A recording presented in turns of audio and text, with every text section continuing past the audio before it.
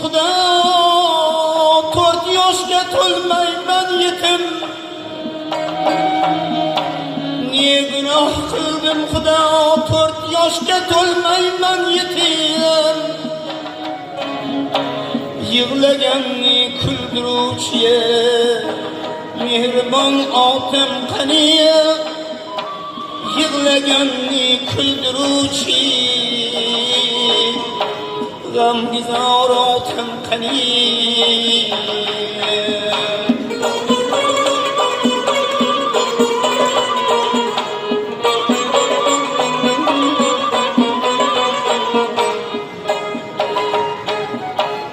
Ursalar ham, so'ksalar ham, tursalar yonimda bas.